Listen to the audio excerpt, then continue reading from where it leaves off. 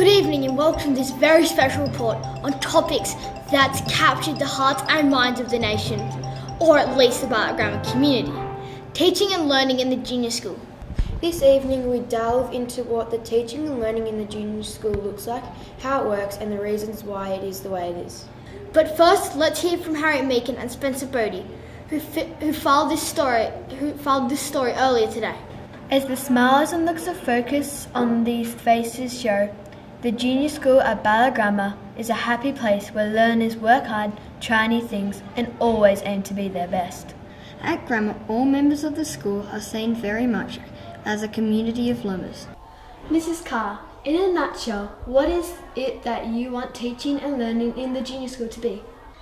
Well, ultimately, Harriet, we want teaching and learning in the junior school to be engaging, significant, relevant and challenging.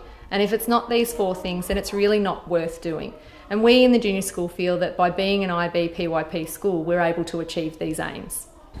Well, let's put that to the test and ask the most important people in the school, the students. How would you describe learning in the junior school? Enjoyable and worthwhile? Oh, it's sometimes hard, it's sometimes easy. I would describe it as fun and is connected to the real world. Challenging but interesting. Fun to do English and maths. I think it's good because you learn a lot of things here. It's pretty fun because we can learn things that we don't know before when we're in the other grades. The junior school is now into its fourth year as an authorised IB World School and feels that as a community there is now a strong sense of key aspects of the PYP, such as International mindedness, The attention to the whole child and the focus on globally significant knowledge and life skills. Rigour and challenge. the commitment to develop strong personal values, all of which fit beautifully with the grammar philosophy and ethos. Miss Cornell-Smith, you've been at the school for quite some time. What would you say is the aspect of PYP that has required the greatest unpacking since the school implemented this curriculum model? Spencer, that's a really interesting question.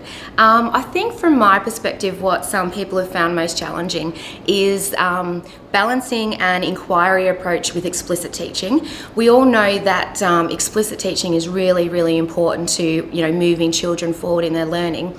But what the PYP has given us now is a vehicle in which lets us use the best of both worlds. So lets the children explore and engage on their own terms while teachers still get to use that explicit instruction.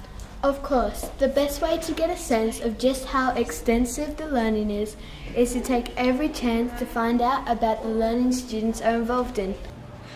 Seesaw is the online platform used for student portfolios in the junior school. Accessing this on a regular basis is the best way to get real-time feedback on learning and gain a window into what's happening in junior school classes. Visiting any junior school learning spaces gives great insight into the breadth and depth of learning on offer.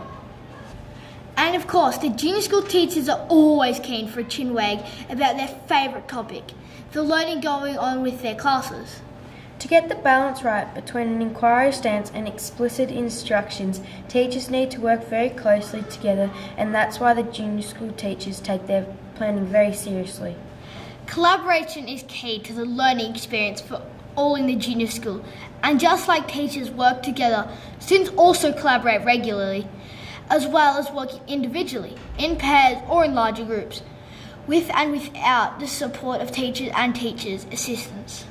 For those of us not fluent in teacher speak, it can sometimes be surprising to see just how sophisticated a unit of inquiry is. Links are made from right across the curriculum. Not only are subjects such as science, history, geography, and health incorporated into units, But through the concepts being explored in the unit, learners can also explore fundamentals from English and Maths, which Mr. Mike O'Neill explains for us. Through our units of inquiry, we try to make as many links as possible. During our unit of inquiry about ecosystems, we look at a lot of the ecosystems around Mount Rowan and Ballarat, and we try to make a lot of links. Like we look at the key concept of connection, and we look at the connection between fractions and decimals, as well as multiplication and division facts. You can see how the junior school teachers get a twinkle in their eye when they talk so passionately. Well, there you have it. It seems pretty clear to us. The teaching and learning in the junior school is not just about going through the motions. The learners in the school really do love learning! Well, Harriet and Spencer, a very good comprehensive report there. Indeed. I was also interested to hear that assessment in the junior school is really important part of the teaching and learning, with a focus on the students being really involved in the assessment process.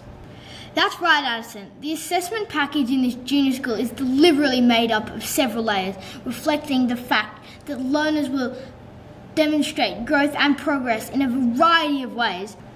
The junior school portfolios on Seesaw, 3-way conferences and written reports are 3 arms of reporting on learning in the junior school. What is great about all this, Isaac, is that the learners are so involved in their learning and that it's real team effort between students, teachers and parents. No secret teacher business. Well, there you have it, folks. An interesting journey into teaching and learning in the junior school at Ballarat Grammar. Until next time, stay curious, people.